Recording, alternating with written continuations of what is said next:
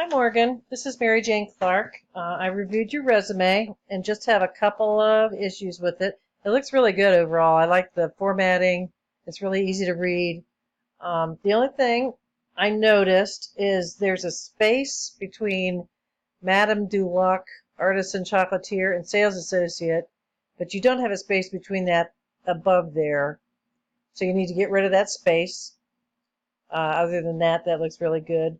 One thing I would change is you didn't use a lot of the action verbs that they recommend. For instance, where you say taught children English, you might want to use instructed, and completed household chores, you might want to say handled. Those are both action verbs. And I noticed you used assisted under Sunglass Hut and also under Madame Deluxe. So maybe under one of those, you can change one of those to aided instead of assisted. That's the only thing I could think of. Other than that, it looks really good. Your spelling and grammar were great. Punctuation was great. Um,